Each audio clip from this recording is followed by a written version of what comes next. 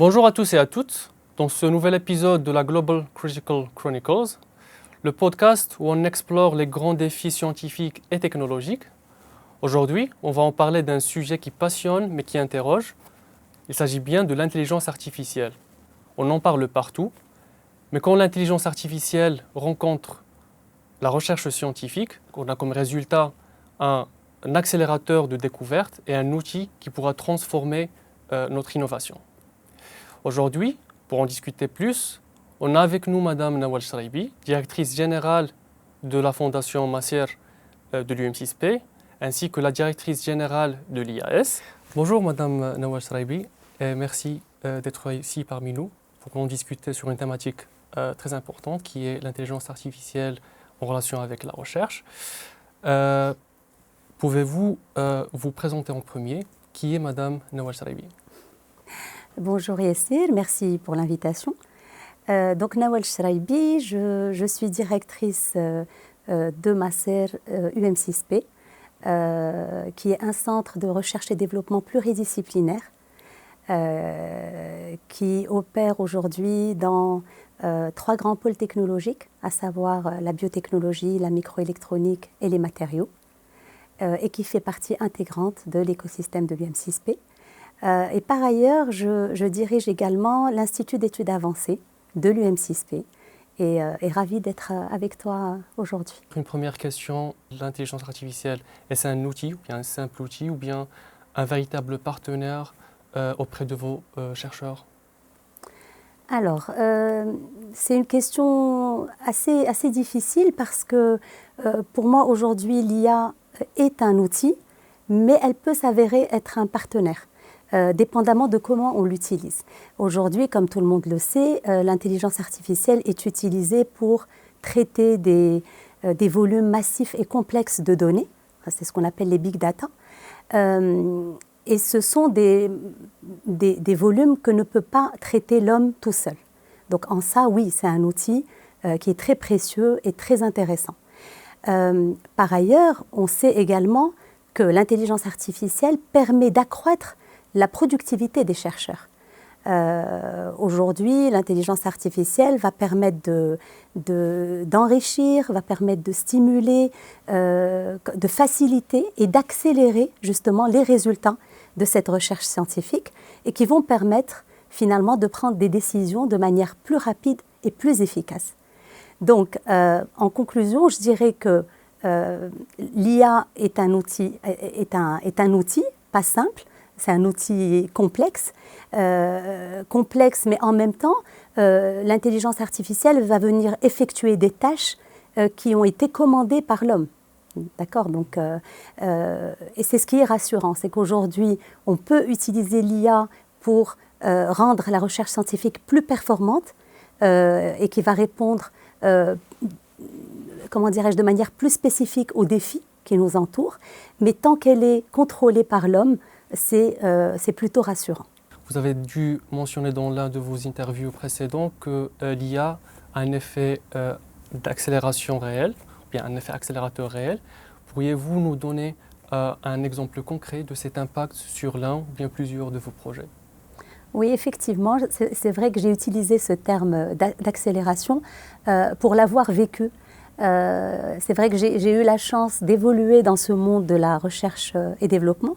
Et j'ai vu à quel point l'incorporation de l'intelligence artificielle dans les différents projets que l'on a menés a créé un véritable tournant. Alors, je vais citer 2 exemples qui adressent la santé publique et qui sont dans le volet du dépistage et du diagnostic, si tu permets.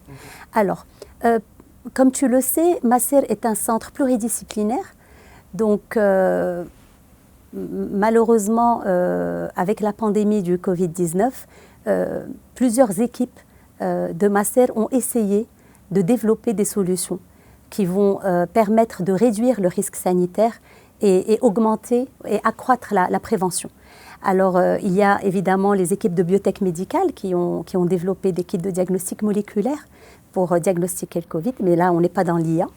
Mais nous avons une équipe de microélectroniciens dédié en fait à tout ce qui est mise au point de dispositifs électroniques intelligents qui ont essayé, à l'instar donc des autres équipes, de venir étoffer cet arsenal de solutions qui ont été développées.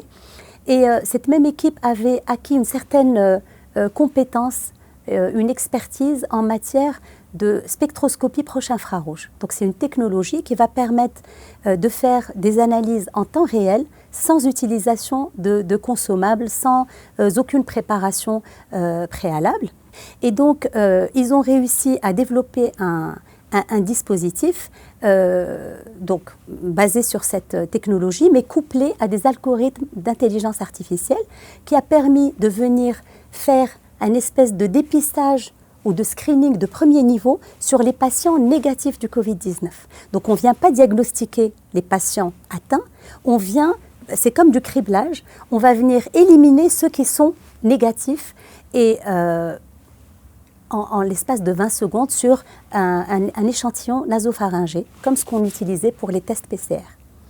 Et donc, évidemment, pour arriver à ces algorithmes d'intelligence artificielle, il va falloir entraîner cette intelligence artificielle. Donc, on a fait le nécessaire sur à peu près 600 échantillons positifs et négatifs du Covid-19, en collaboration avec l'Institut Pasteur de Casablanca, l'hôpital militaire de Rabat. Et on a réussi à atteindre un niveau de performance en matière de sensibilité. On était à environ 94% et 70% de spécificité. Et ce qui nous a permis de valider ce dispositif. Donc c'est les laboratoires de la Gendarmerie royale qui nous ont établi le rapport de validation. On a eu ensuite l'accord de la DMP, la Direction Médicaments et Pharmacie, et on a pu le produire et le commercialiser. Alors, tu me diras, mais qui a utilisé ce dispositif? En fait, il a été très intéressant et très important dans la reprise progressive de l'activité. Et il a été très utilisé et très intéressant pour les unités de production qui, au lieu d'envoyer leurs employés tous les jours faire des tests PCR, qui prenaient plusieurs heures, plusieurs jours avant de déterminer les patients positifs au Covid, donc avec le confinement qui va derrière, etc. C'est un dispositif qui permettait aux employés de se faire tester à l'entrée de la ligne de production. Une fois qu'ils sont négatifs, ils peuvent accéder au site de production, mais s'ils sont suspects, parce que le dispositif ne dit pas s'ils sont positifs, il dit juste c'est suspect. Si le message qui sort sur smartphone est suspect, on va venir valider par un test de PCR en temps réel. Tout ça pour dire que l'IA a réussi justement à accélérer le dépistage, d'accord ? Donc on est passé de plusieurs heures à plusieurs secondes et a permis une reprise justement progressive de l'activité. Alors il y a un deuxième exemple que j'aimerais citer qui est toujours dans le domaine de la santé publique, qui est celui du LabonCard. LabonCard, c'est-à-dire laboratoire sur carte électronique. Et ça, c'est un exemple très intéressant parce que c'est le fruit de la synergie entre les différentes équipes de Maser. Donc ce sont les équipes de biotech médicale qui ont développé un réactif de diagnostic de la tuberculose. Tuberculose, c'est une maladie qui continue à faire 30 000 nouveaux cas au Maroc, tous les ans. Et l'équipe de microélectronique qui, elle, a conçu un dispositif électronique qui va venir simuler un bain-marie, qui est couplé à des algorithmes, encore une fois, d'intelligence artificielle embarqués, qui va permettre de faire le diagnostic. Là, pour le coup, on fait du diagnostic basé sur la technologie LAMP, qui va venir nous diagnostiquer la TB chez le patient malade en 20 minutes versus plusieurs jours en utilisant les méthodes classiques de culture de la bactérie.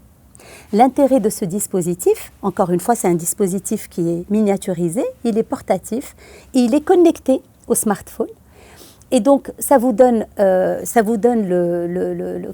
résultat du diagnostic en 20 minutes et ça peut être utilisé dans des régions enclavées, dans le monde rural, là où il n'y a malheureusement pas de dispensaires ou d'hôpitaux, etc. Quelles sont ces problématiques que l'IA pourra venir accélérer l'impact dans le contexte marocain? Oui, je comprends. Aujourd'hui, l'idée, quand on voit justement tout ce que peut apporter l'IA, c'est vraiment de venir l'incorporer dans les projets structurants de notre pays et de notre continent et qui vont permettre de relever les défis les défis majeurs, les défis prioritaires et être vraiment incorporé dans tous les chantiers prioritaires de notre pays. Alors comme ça, rapidement, c'est vrai qu'on ne peut pas couvrir l'ensemble des chantiers, mais je vois déjà la problématique de l'eau. Comme tu le sais, Yassir, au Maroc, malheureusement, on vit aujourd'hui peut-être notre 6e année de sécheresse et de stress hydrique. Et donc aujourd'hui, avec tout ce que peut faire l'IA, on peut imaginer une utilisation, une utilisation accrue de l'IA dans des projets tels que la cartographie des nappes phréatiques, utiliser l'IA dans des algorithmes prédictifs des périodes de sécheresse, de grosses sécheresses ou encore dans des algorithmes prédictifs de risque d'inondation, parce que malheureusement il y en a, on n'est jamais suffisamment prêt. On est aujourd'hui dans une logique de développer des stations de dessalement de l'eau de mer, donc on peut très bien imaginer l'IA utilisée dans justement le rendement de ces stations de dessalement. Alors ça, c'est le premier volet. Ensuite, le deuxième volet, là encore, on est dans les chantiers prioritaires, c'est l'énergie, cette transition énergétique, l'hydrogène vert.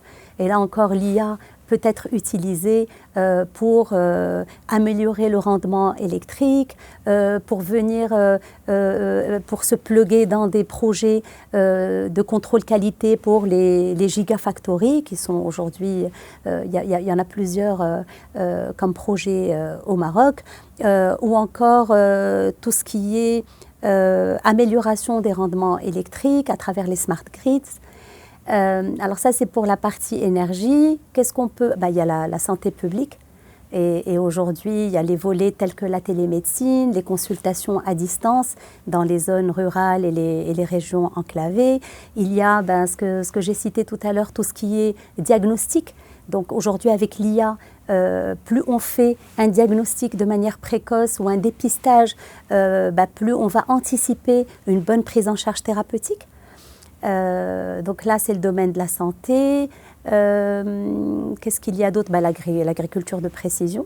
Là encore, on va peut-être citer quelques exemples de projets qu'on a développés à Masser, mais aujourd'hui, l'IA peut être utilisée dans les projets d'irrigation ciblée, elle peut être utilisée pour aller estimer les rendements de récolte par imagerie satellite ou par même des images smartphone. Elle va aider à venir détecter les maladies des plantes. En utilisant des capteurs portés par des drones avec des algorithmes d'IA embarqués. Donc voilà, l'utilisation de l'IA pour accompagner justement les chantiers prioritaires du Maroc et du continent sont vraiment très variés. J'avais lu comme quoi vous avez un projet d'agritech qui est majeur à Masser, qui était bien pour des kits pour l'analyse des sols. Est-ce que vous pouvez en parler plus? Oui, bien sûr. Alors, ce n'est pas des kits, c'est un dispositif portatif, pareil, miniaturisé et connecté à un smartphone. On est toujours dans la même logique. Alors déjà, pour revenir à l'agritech, on a parlé de la santé publique, de l'IA au niveau de la santé publique. Aujourd'hui, l'IA dans l'agriculture, déjà le constat est clair. Aujourd'hui, on a cet objectif de réduction de l'empreinte carbone. Donc, on est dans l'ère de la miniaturisation. On va avoir moins recours aux gros engins, aux tracteurs dans les champs. On va plus s'appuyer sur des capteurs, sur des robots, sur des drones. On est vraiment dans cette logique. Autre constat, on n'est plus dans la logique où c'est l'échantillon qui se déplace au laboratoire, on est plus dans une logique où c'est l'analyse, c'est le laboratoire, entre guillemets, qui va se déplacer sur les champs. Et c'est dans cette logique que la même équipe de microélectronique qui a développé cette technologie de spectroscopie proche infrarouge, qui a été utilisée dans le domaine de la santé, a imaginé justement ce dispositif d'analyse de sol qui est basé donc sur cette technologie et qui va venir de manière instantanée, d'accord, sur la base d'un échantillon de sol. Il va venir mesurer la matière organique et mesurer le NPK. Alors la matière organique du sol, c'est quoi? C'est un mélange complexe de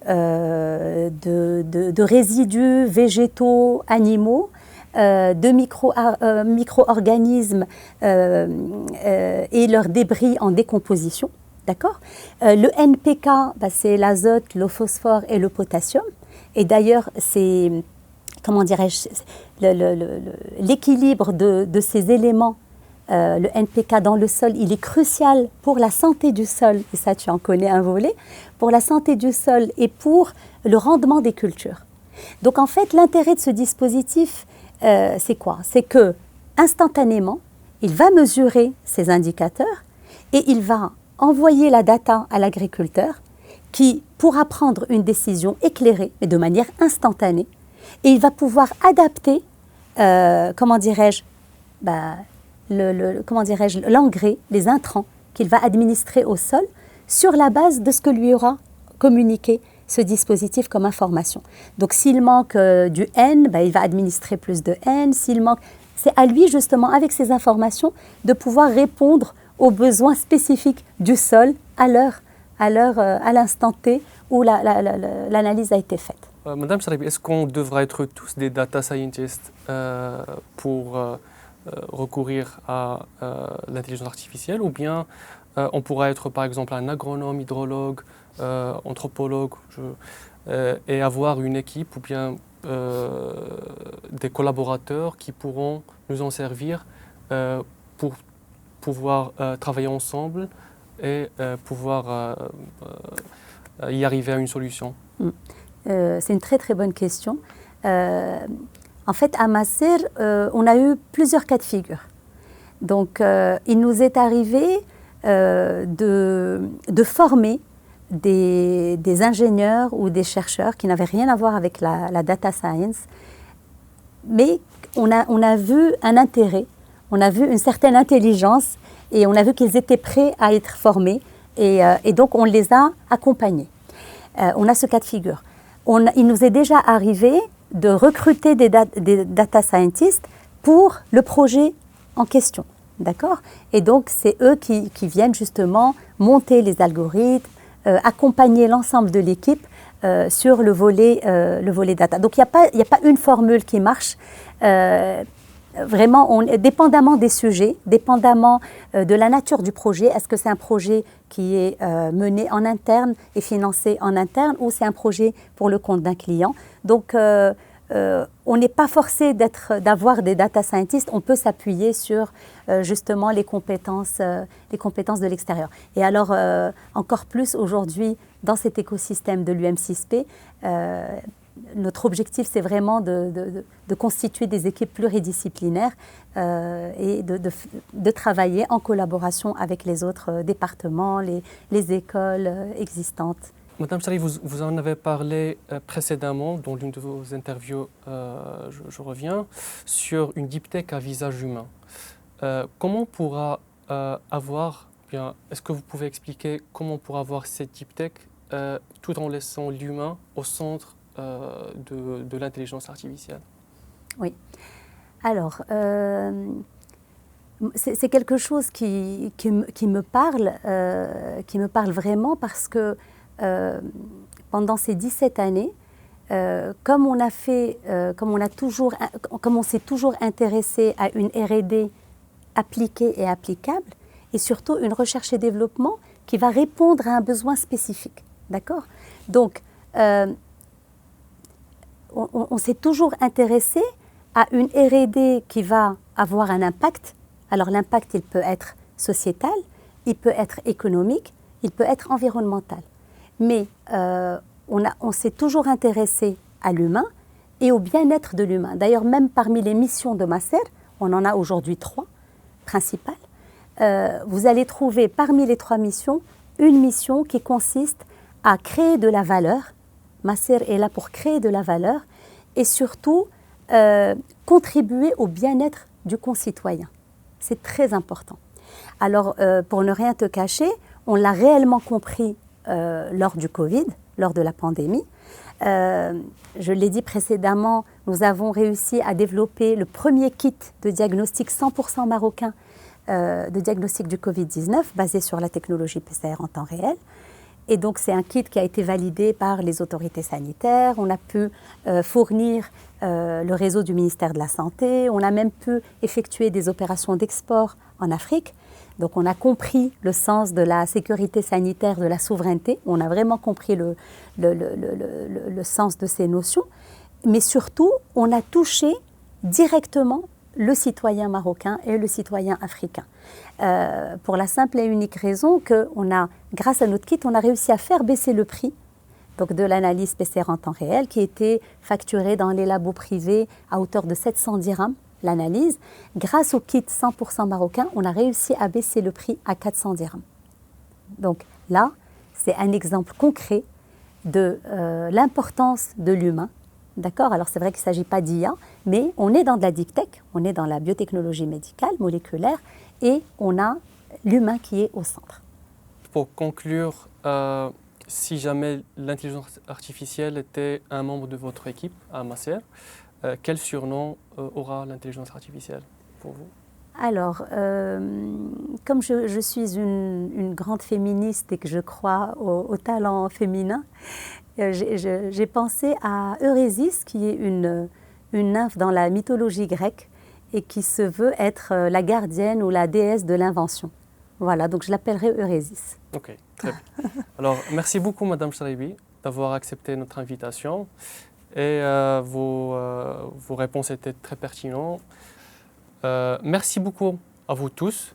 Je vous donne un autre rendez-vous avec un autre invité sur la Global Critical Chronicles sur Times of UM6P.